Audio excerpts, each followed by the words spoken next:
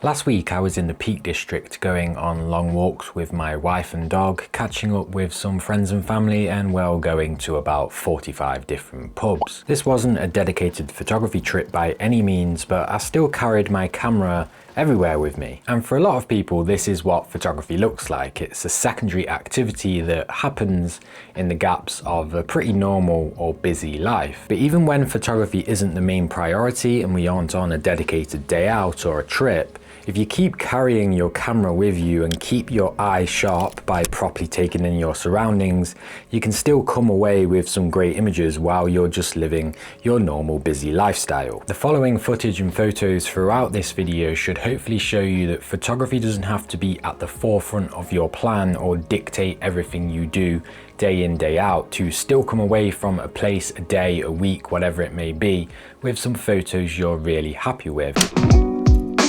This is the one photography centric place we visited throughout the full week, with it being close to where we were staying and my wife knowing how deep my obsession with disused mines has become.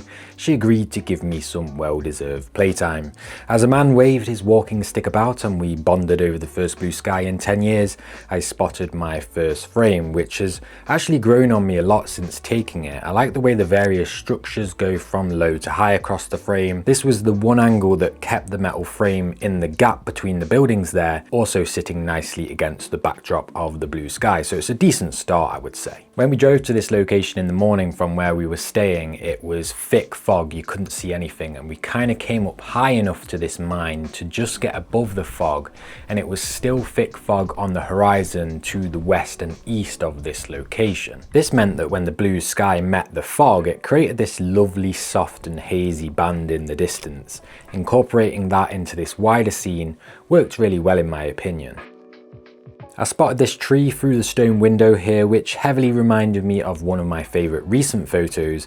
Eventually I framed something up utilising the shadow on the right hand side of the wall for some contrast. I think this photo is okay, but for photos like this to work, I really think you have to have something quite stunning going on through the window to make use of the framing. I will say though, this is the type of image that isn't all that special on its own, but would pair perfectly with one of the other shots in a photo set. Shooting with the sun directly behind me here meant the rust on the metal really came to life, pairing up nicely with the orange from the wood down here. This was a photo that was very much driven by color combination. When I saw those two colors, it made me want to take the photo, and it was driven by that more than anything else. But then in contrast to that, this next one was driven by light and shadow.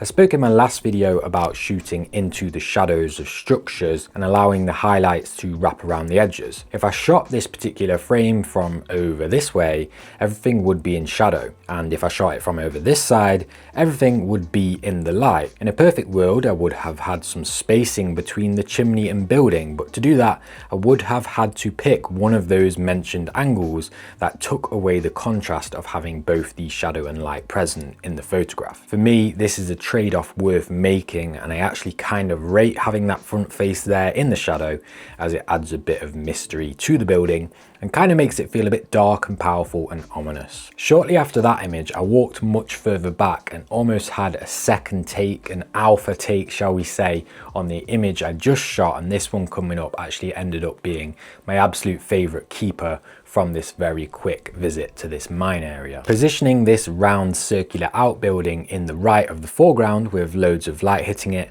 gave us this absolutely cracking contrast. The front of the image feels bright and warm, and the back feels ominous and dark again. I rate this, if I say so myself. Let me know your thoughts. A couple more images from this mine area, and of course this mill wheel caught my eye. The track leads nicely down to the green door in the background of the frame, and for a little addition, the wire swinging between the two buildings works with the shadow on the floor to create a frame for the background building. Here's a couple of more frames that fell kind of flat. The compositions are a bit lackluster, and I very much feel shooting them from that full highlight side, like I mentioned before, just results in some very bland and washed out stonework. After the quick mine visit and my allotted playtime over, we headed to the Roaches and Hen Cloud for a proper walk, which is an area I've wanted to visit for probably decades. I'm especially glad the first time I went here was with Jess and Lupin, as Jess always carries snacks. The first major success on this walk along Roaches and over Hen Cloud was that I didn't fall off any rock faces, but the second one was this image I took of Lupin. This just automatically goes to the top of the list of any photo I could take for the rest of the day because, well, it's Lupin, look at him. And I do love the fact that kind of half his body here is just catching the highlight. Right hand side is in this kind of soft shadow, and I really love that because sometimes with Lupin, because he's this deep red golden colour, when he's in full light it's actually quite hard to work with when it comes to photos. So I didn't actually film that much footage while we were up here doing a big walk and having a picnic and stuff like that, because like I said, this was not a photo centered trip. I really just wanted to chill out, have a good time, walk with the wife and the dog and chat and take in the views and stuff. Probably a little bit hypocritical because I'm still making a YouTube video out of it, but you get what I'm saying. Here's a couple more photos I shot that I felt a little bit flat, and I'm going to explain why that is. This one, for example, I tried waiting for a solo figure to walk along the top of the ridge, and some people did, but they didn't really walk where I needed them, and then after that nobody else really came to this area. Even something as simple as a few birds flying across the sky here would have made it so much stronger, but without that little something extra, I think it's just an okay image of a cool looking rock formation, and I do like it and I think it's nice, but it's just missing that extra little something that takes it up to, I don't know, a photo that says something more than just a rock formation and hills in the background. Same with this one, although we have the addition of the road here, which is nice. I think it's actually a different type of light this would need to isolate some of the areas of the landscape, maybe having some areas much darker and some light pouring onto that road, making it just feel a bit more 3D and compelling. It would make it a much better photograph. I did, however, go on to use that same road but from a different angle to create this frame. When it comes to this one, I'm actually really quite fond of it. The road sweeping round the corner between the two rocks and then leading into the background, which the hills then carry on up into the frame, just looks lovely to me. The fact the base of the rocks and this area down here is much darker than the background actually adds layers to this, and I really like this one.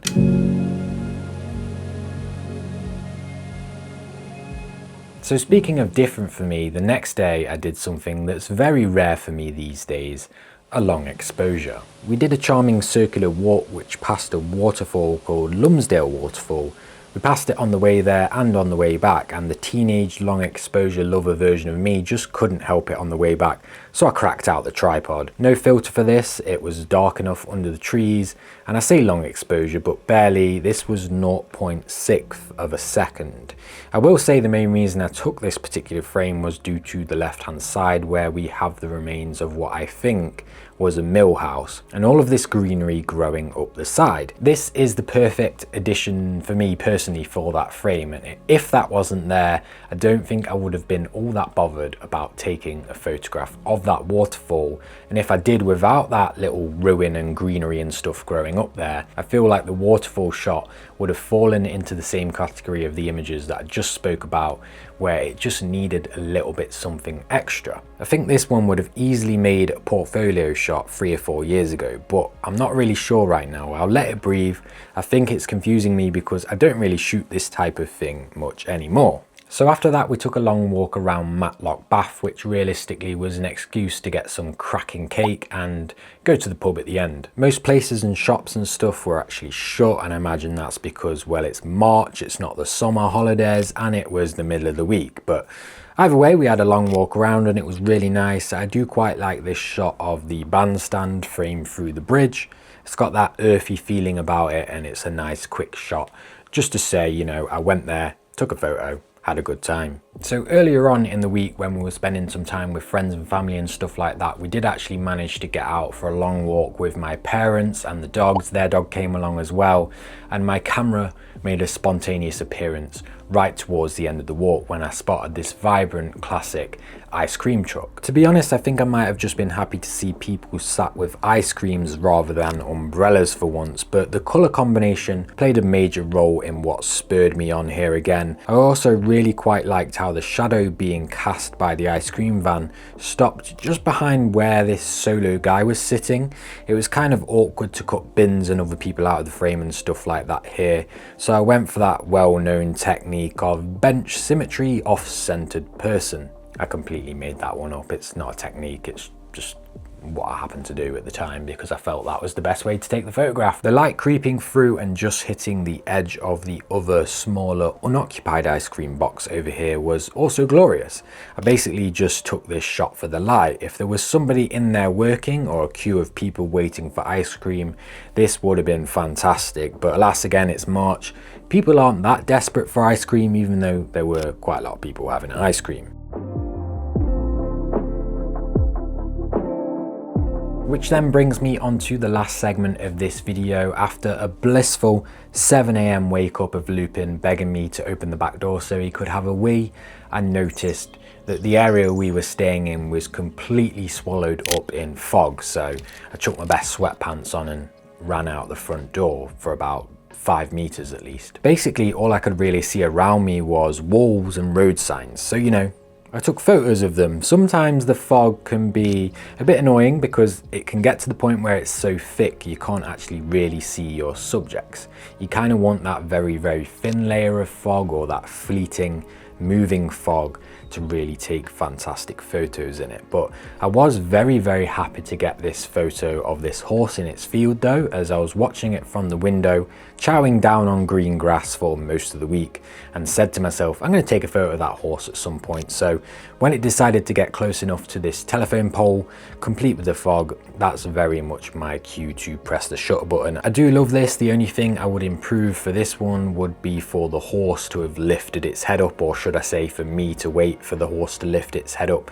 But I had exhausted all of my attempts to get its attention, so I moved on to this lovely bit of backlighting streaming down a ridiculously long driveway. I'm not really sure why there's a 5 miles per hour sign at the start of Random House's driveway, but here we are, spinning around. I love the way this van was just sitting quietly in the fog between the trees, so I took a nice simple photo of that before deciding I definitely needed a full English breakfast. And just to cap off the video for a bit of fun, here's a shot I took through the front door. I was stood outside, Lupin was inside. Of course, I wouldn't really do anything with this other than show it in this video, I guess, but it does remind me of double exposure, which I think is kind of nostalgic and kind of cool. And again, it's Lupin and it's my reflections, so I'm putting it in the video, why not? So I thought this would be a nice video to make and share with you guys, because I do think sometimes there's a lot of pressure to make photography a big production, a major outing, and always nail down the locations that we're visiting and be very regimented, going from A to B to C to D,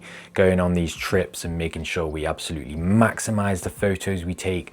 But I just wanted to show that photography doesn't always have to be in control of what you do, and even though you've not based a trip or based a day out around photography, you can still actually just use your photographic abilities and come back with good photos just because you're practicing and you've got that knowledge under your belt. You don't always need a perfect plan to make something meaningful. You just need to keep the camera within reach, even if it's just one photo that you capture on a day out, and stay curious about the places you're going to.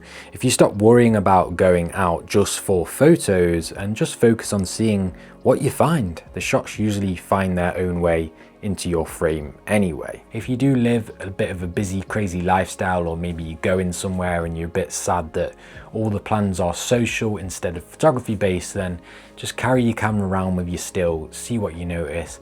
It only takes a moment for you to nip off and take a photograph. No one's going to be mad at you for using your camera for 10 to 20 seconds, and see what you can get in those moments in between whatever busyness that you've got going on. So with that all being said, thank you so much for watching, and as always, I'll see you in the next video, hopefully sooner than later this time.